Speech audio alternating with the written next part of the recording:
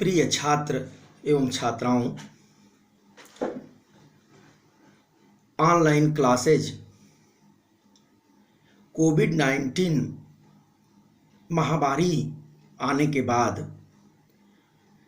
अपने महाविद्यालय में प्रारंभ की गई है।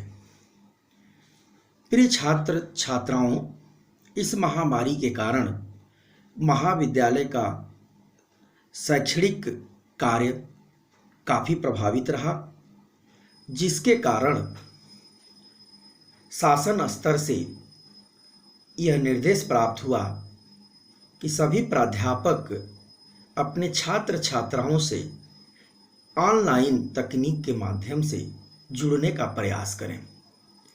इस क्रम में समाजशास्त्र विभाग के सभी प्राध्यापक ने अपने सामूहिक उत्तरदायित्व का बोध करते हुए एक सेल का गठन किया और सेल के माध्यम से प्रत्येक प्राध्यापक को अलग अलग कक्षाओं में शिक्षण कार्य को वीडियो बनाकर, कुछ नोट्स बनाकर, कुछ असाइनमेंट्स के माध्यम से, कुछ व्हाट्सएप ग्रुप्स के माध्यम से आप सभी से जुड़ने का प्रयास हम सब कर रहे हैं। इस प्रक्रिया के तहत आज हम MA 4th सेम सेकेंड प्रश्न पत्र sociology of development in India, भारतीय संदर्भ में विकास का समाजशास्त्र। प्रिय छात्र एवं छात्राओं, हम सभी ने फर्स्ट सेमेस्टर, सेकेंड सेमेस्टर एवं थर्ड सेमेस्टर में अनेक अवधारणाओं को पढ़ा है और समझा है। उस क्रम में विकास भारतीय समाज एवं सामाजिक संरचना का एक महत्वपूर्ण अंग रहा है।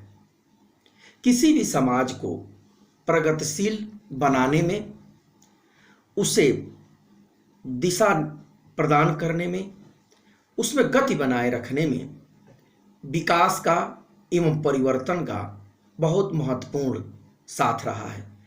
वही समाज या संस्कृति या संरचना अधिक समय तक कार्य कर पाई है, जो ज़्यादा गतिशील रही है, चीज़ों को अपने अंदर करने में सफल रही है, परिवर्तनों को आत्मसात करने में सक्षम रही हैं।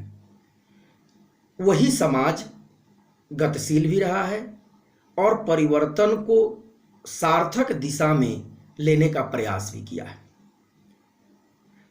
फोर्थ सेमेस्टर अंतिम कक्षा है। इसके बाद सभी विद्यार्थी विभिन्न क्षेत्रों में जाकर के अपना योगदान देंगे।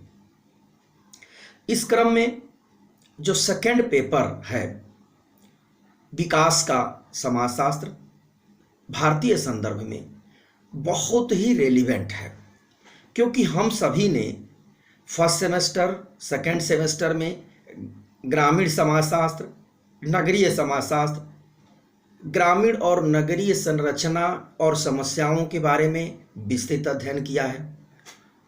3 सेमेस्टरों के अंदर हम सभी ने भारतीय सामाजिक चिंतकों का, पाश्चात्य चिंतकों का और अध्ययन के विभिन्न उपागमों का विस्तृत अध्ययन किया है। इस सेकेंड पेपर में विकास के व्यापक संदर्भ को हम लोग समझेंगे। इस संदर्भ में हम एक बात ज़्यादा उल्लेखित करना यहाँ पर चाहूँगा कि विकास भारतीय संदर्भ में स्वतंत्रता प्राप्ति के बाद के उठाए गए कदमों को ही इस सिलेबस में समाहित किया गया है, क्योंकि स्वतंत्रता प्राप्ति के 7 दशकों के बाद भारत में जो नियोजन और परिवर्तन की जो प्रक्रिया थी वो प्लान्ड वे में थी, नियोजित था। अनियोजित परिवर्तन के 2 उद्देश्य साफ रहा कि एक लक्ष्य का निर्माण और लक्ष्य के लिए साधनों को निर्मित करना, ये दो उद्देश्य रहे। तो किसी भी लक्ष्य को तभी हम प्राप्त कर सकते हैं जब साधन हो। तो हमारे पास इन दोनों के बीच में तारतम्य स्थापित किया गया और पंचवर्षीय योजनाओं के माध्यम से प्रत्येक पंचवर्षीय योजना जो 5-5 वर्षों के लिए थी, उसमें कुछ लक्ष्य निर्धारित किया गया। उस लक्ष्य को प्राप्त करने के लिए साधन तय किए गए कि कहाँ तक हम उसमें प्राप्त कर सके, कहाँ तक उसमें हमको सफलता मिली। ये उद्देश्य रहा। योजना आयोग का गठन इस दिशा में बहुत बड़ा सार्थक कदम था। योजना आयोग के साथ साथ भारत में पंचवर्षीय योजना को दिशा निर्देशित करने के लिए एक वित्त आयोग का भी गठन किया गया। ये दोनों जो संस्थाएं थीं, भारत के नीति को और नीति निर्माण के साथ साथ, दो चीज़ें इसमें हमको बहुत ढंग से समझने की ज़रूरत होगी। केवल नीति बनने की बात नहीं, नीति के क्रियान्वयन की दिशा में हम कहाँ तक सफल हुए। तो ये जो इस बार जो सेकंड पेपर 4th सेम का है, इस पर हम सभी लोगों ने, जब हम लोगों की कक्षाएं चल रही थीं, तो उस समय भी काफ़ी चीज़ों पर हम लोगों ने चर्चा किया था, लेकिन एक अंतराल हुआ है। तो आज पहली कक्षा में हम प्रयास ये कर रहे हैं कि हम लोग एक बार सिलेबस का रिवीजन कर लें कि इसके अंदर क्या चीज़ें होंगी, और आने वाले समय में जब तक ये ऑनलाइन कक्षाएं हमारी संचालित रहेंगी, प्रयास यही रहेगा कि हम सब सेकंड पेपर को पूरा एक बार कंप्लीट कर लें। कंप्लीट करने के बाद ये 5 यूनिट से 2-2 सवाल होता है, हम सब जानते हैं। हमारी कोशिश ये होगी कि एक मॉडल पेपर आपके सामने प्रस्तुत किया जाए और उसे आप बनाएं, और हमारी जो सेल है उस सेल के अंदर ही आपको ऑनलाइन असाइनमेंट काम को भी सम्मिलित करना होगा। हम सभी 4th सेम के छात्र छात्राएं और हमारे सभी प्राध्यापक एक व्हाट्सएप ग्रुप से हम लोग जुड़े हुए हैं। साथ में गूगल क्लासरूम का जो गठन हो चुका है, उससे भी हम प्रायः सभी लोग जुड़ चुके हैं। तो इसलिए यह जो तकनीक के माध्यम से एक दूसरे से जो जुड़ने का काम है, ये थोड़ा आसान हुआ है। इसके माध्यम से हम लोगों की कोशिश होगी कि हम सब संवाद करें, संवाद करके आगे इस प्रश्न पत्र को पूरा करने का प्रयास किया जाएगा। तो छात्र एवं छात्राओं, हम सब आज पहली बार ऑनलाइन क्लास के सीरीज में जुड़े हैं। आप सभी को बहुत बहुत शुभकामनाएं कि हम सब इस प्रक्रिया को जारी रख रहे हैं और आगे भी इसको जारी रखा जाएगा। हमारे विभाग में एक बहुत ही अच्छा समन्वय है, सामंजस्य है। हम एक दूसरे के साथ मिल करके इस कार्य को करते हैं। आप सभी जानते भी हैं कि हम सब किस तरह से आप लोगों के साथ जुड़ने का प्रयास किए हैं। तो पहला यूनिट विकास एवं उसके परिणाम। तो हम लोगों ने 3rd सेमेस्टर में भी विकास के संरचनात्मक और अवधारणात्मक पहलुओं का अध्ययन किया था। विकास, जो कि पहले भी हमने बात की कि लक्ष्य का निर्धारण और लक्ष्य को प्राप्त करना। अब वो भारतीय संदर्भ में 3 रूपों में हमको व्यापक रूप से देखने को मिला। एक सामाजिक क्षेत्र में, आर्थिक क्षेत्र में और राजनैतिक क्षेत्र में। साथ ही साथ चूंकि भारतीय सामाजिक संरचना का स्वरूप परंपरागत रहा है, तो इसलिए परिवर्तन की गति को यहाँ पर संचालित करने में दिक्कतें हुई हैं। इसका प्रमाण हम लोगों ने मैक्स वेबर के अपने अध्ययन में भी पाया है कि मैक्स वेबर ने जो 6 धर्मों का अध्ययन किया था, तो हिंदू विकास दर की बात कही थी भारत में। क्यों कहा था कि विभिन्न जो धर्मों का जब उन्होंने अध्ययन किया, तो उसमें ये पाया कि Protestant ethics and spirit of capitalism, जो उस किताब को लिखा उसने, तो उसमें वर्क इज वर्शिप की बात की। तो वर्क इज वर्शिप में क्या बात है कि समय ही धन है। हमारे यहाँ शुरू से आध्यात्मिक प्रवृत्ति होने के कारण एक मोक्ष की अवधारणा रही। तो पुरुषार्थ था जिसमें अर्थ, धर्म, काम एवं मोक्ष। तो धर्म, अर्थ, काम और मोक्ष। तो सबसे पहले हम लोगों के अपनी जो बाइंडिंग है अपनी सोसाइटी की, उस सोसाइटी में ही धर्म है जिसे धारण करना। तो जब धारण करने की बात होगी तो वहां पर शांति की बात रहेगी। तो अपने यहाँ तमाम धर्मों का जो समन्वय है, सभी जगहों पर एक शांति की स्वरूप की बात हुई। तो वहां पर अर्थ से अर्थ को कमाना, ये प्रक्रिया कम रही। तो इसके कारण यहां पर परिवर्तन को लाने में, चीजों को डालने में, उसको समझाने में कठिनाई रही है। छात्रों, विकास निश्चित रूप से पंचवर्षीय योजनाओं के माध्यम से जब प्रारंभ किया गया, तो प्रत्येक पंचवर्षीय योजना में यह तय किया गया कि कोई एक कोर इशू को एड्रेस किया जाए। तो कोर इशू को एड्रेस करने से और उसके इर्द गिर्द सारी व्यवस्थाओं को संपादित किया जाए। तो कोर इशू जो एड्रेस में बात थी, तो जैसे हमारे एग्जाम्पल के तौर पर हम रख लें कि जो प्रथम पंचवर्षीय योजना थी, तो प्रथम पंचवर्षीय योजना में जो बना, वहाँ पर ये था 1950 में, 1947 के स्वतंत्रता प्राप्ति के बाद 2-3 सालों में एक व्यवस्था का निर्माण हुआ। निर्माण होने के बाद से 1950 से यह कार्य प्रारंभ हुआ। तो उसमें ये रहा कि पहले पंचवर्षीय योजना का जो कोर फ्रेम था, वो कोर फ्रेम ये था आधारिक संरचना का विकास, इंफ्रास्ट्रक्चरल डेवलपमेंट। इंफ्रास्ट्रक्चरल डेवलपमेंट की बात किस लिए, क्यों कि बंटवारे के बाद भारत में निर्माण आधारिक संरचना का अभाव था। तो आर्थिक गतिविधियां तभी संपादित हो पाती जब इंफ्रास्ट्रक्चर डेवलपमेंट की बात हो। तो इंफ्रास्ट्रक्चर डेवलपमेंट तभी होता जब बड़े बड़े इंडस्ट्रीज की बात हो। क्यों कि इसमें क्या था कि रोजगार सृजन की बात थी। तो एक साथ बड़े से बड़े रोजगारों का सृजन हो और वहां पर अधिक से अधिक लोग काम कर सके, इसके लिए पंचवर्षीय योजना के इर्द गिर्द में आर्थिक क्रियाकलाप का स्वरूप यही रखा गया। निश्चित रूप से उस समय खाद्यान्न हमारे पास कम था, तो ये भी एक उद्देश्य रखा गया कि खाद्यान्न उत्पादन पर भी बल दिया जाए। आगे चल करके दूसरे पंचवर्षीय योजना में ग्रीन रिवोल्यूशन भी हुआ, वहाँ पर भी हम लोग बात करेंगे। तो पहली जो यूनिट है वो है विकास एवं इसके परिणाम।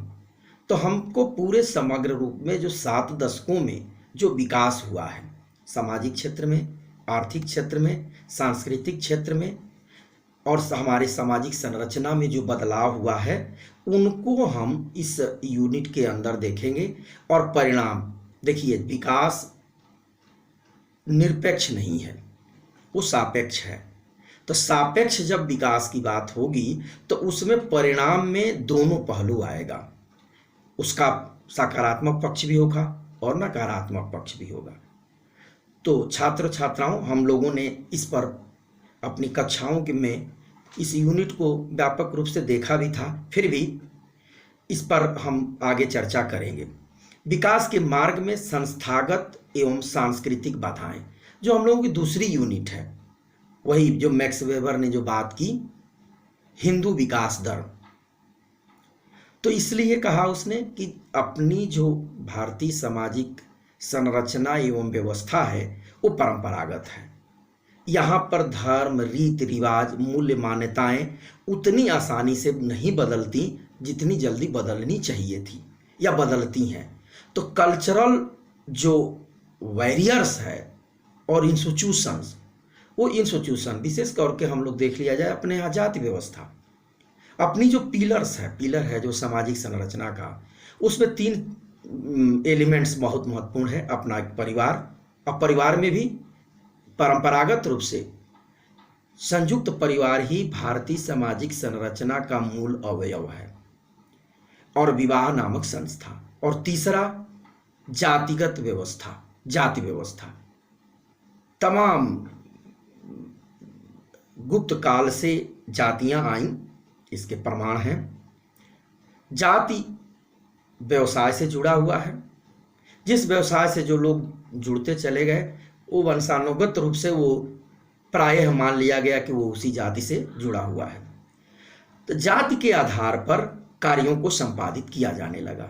जाति में एक ड्यूमा की जो थियरी है, होमो हायरार्किकस जो किताब उन्होंने लिखी थी, उसमें स्ट्रेटिफिकेशन है, संस्तरण है। और वो संस्तरण किसके आधार पर है? पवित्रता और अपवित्रता के आधार पर। तो अपने यहाँ जाति व्यवस्था में जो सांस्कृतिक जो मूल्य हैं, जो वैल्यूज हैं, वो डेवलपमेंट में काफ़ी हद तक बाधक रहे हैं।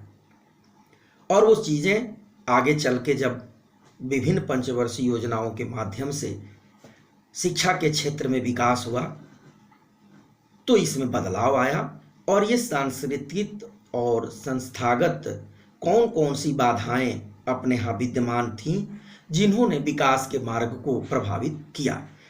तीसरा जो यूनिट है विकास में संचार की भूमिका, और उसके बाद जो अगला जो है रेलिवेंट पॉइंट इसमें रखा गया है सूचना प्रौद्योगिकी क्रांति का सामाजिक परिणाम। आज अपना हम सब देख रहे हैं ये पूरी की पूरी टेक्नोलॉजी इस समय सूचना तंत्र पर है। ज्ञान को ही सूचना मान लिया गया है। तो नॉलेज के जगह पर सूचना और फैक्ट्स, इसकी बड़ी बाध्यता हो गई है और वैधता भी हुई है और मूल्यवान भी हुआ है। तो इस समय तमाम सारी चीज़ें अपने यहाँ पड़ी हैं। तो जो पिछला जो 2 दशक रहा है उसमें संचार के तकनीकों में लगातार बदलाव हुआ है। बहुत से आयाम बदल के आए हैं और उन सभी चीज़ों ने अपने यहाँ विकास के स्वरूप को, मॉडल को और उसके अध्ययन पद्धति को निश्चित रूप से प्रभावित किया है। और सूचना प्रौद्योगिकी क्रांति जो हुई है, जो रिवोल्यूशन हुआ है, इसने तमाम स्ट्रक्चर को बदला है। आज हमारे घर तक सूचना तंत्र या सूचना क्रांति पहुंची है। हम उससे प्रभावित भी हैं, उसके लाभ भी हैं, उसकी हानियां भी हैं। तो तीसरी जो यूनिट है कि विकास में संचार की भूमिका, सूचना प्रौद्योगिकी क्रांति का सामाजिक परिणाम भारत पर क्या पड़ा, इस पर हम सब विस्तृत बात करेंगे। कुछ बातें हम लोगों ने पिछली अपने यहाँ जब हम लोगों की कक्षाएं लगती थी उसमें हम लोगों ने इस पर बात किया भी था। विकास में बुद्धिजीवियों की भूमिका। देखिए किसी भी समाज में इंटेलेक्चुअल्स का, बुद्धिजीवियों का बड़ा योगदान रहा है। अपने यहाँ पुनर्जागरण काल जो रहा है, राजा राम मोहन राय, दयानंद सरस्वती, ज्योतिबा फूले, भीम अम्बेडकर, महात्मा गांधी, विवेकानंद, ये तमाम जो विचार्स हैं, ये आइडियाज़ हैं, ये निर्माण का काम किए हैं। स्लोगन्स हमारे पास था, करो या मरो, कितनी बड़ी बात उसमें दर्शन था। सत्य एवं अहिंसा, सत्याग्रह, भूदान विनोबा भावे का, कितने लोग इससे जुड़ते थे। और ये इन इंटेलेक्चुअल्स का, ये बुद्धिजीवियों का हमारे विकास के मार्ग में बहुत बड़ा योगदान रहा है। फिर विकास के मार्ग में नौकरशाही की भूमिका, इस पर हम विस्तृत हम सब बात करेंगे। अपने यहाँ ब्रिटिश शासनकाल की ही मैकाले पद्धति को आगे अपनाते हुए नौकरशाही को, इसके मैक्स वेबर ने हम लोगों को बहुत अच्छा इस पर बात किया है, बताया है, हम लोगों ने पढ़ा भी है। फर्स्ट सेमेस्टर और सेकंड सेमेस्टर में जब चिंतकों की बात हम लोगों ने की है तो उस समय नौकरशाही को विस्तृत रूप से पढ़ा है। नौकरशाही हर प्रत्येक, चाहे वो केंद्र स्तर की सरकार हो, राज्य स्तर की सरकार हो, जिला नियोजन के स्तर पर हो, स्वशासन की व्यवस्था हो, प्रत्येक जगह पर नौकरशाही है। और नौकरशाही के ही माध्यम से विकास योजनाओं को अंतिम व्यक्ति तक ले जाने का प्रयास होता है।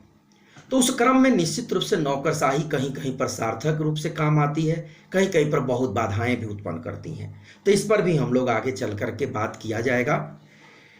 और सत्ता की राजनीति, विकास के मार्ग में कुछ सत्ता के केंद्र बनते हैं, शुरू से ये चीज रहा है।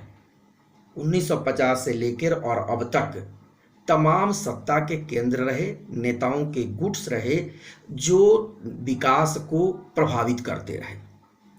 इसीलिए हुआ ये कि जहां पर जिस जगह के नेताओं का ज़्यादा वर्चस्व था वहीं पर विकास ज़्यादा हो गया। तो इसलिए क्या हुआ कि पूरे भारतवर्ष में जैसे पश्चिम के जो प्रदेश हैं वो ज़्यादा विकसित हुए, जहाँ वहाँ ज़्यादा उद्योग लगा, बहुत जगहों पर नहीं लगा। जैसे अपने यहाँ उत्तर प्रदेश का पूर्वी उत्तर प्रदेश है, वो गन्ना का केंद्र है, पश्चिमी उत्तर प्रदेश है, लेकिन बीच दोनों के बीचों में संतुलन नहीं है। आपका अपना तराई जो उत्तराखंड का है, अगला इसमें पांचवा जो यूनिट होगा वो इसी से संबंधित होगा। तो अब पांचवें यूनिट में कि उत्तराखंड के परिप्रेक्ष्य में विकास की क्या समस्याएं हैं और क्या संभावनाएं हैं। तो चूंकि जिस समाज और जिस राज्य से हम जुड़े होते हैं, राज्य और देश के संदर्भ में देखते हुए भी इससे संबंधित चीज़ों को हमको जानना जरूरी होता है। तब जब तक अपने हम समाज, अपने जगह, अपने स्थान का हम व्यापक रूप से संदर्भ को नहीं समझ पाएंगे या जान पाएंगे, तब तक वो चीज़ नहीं होगी। उत्तराखंड निश्चित रूप से 2 मंडलों का राज्य है।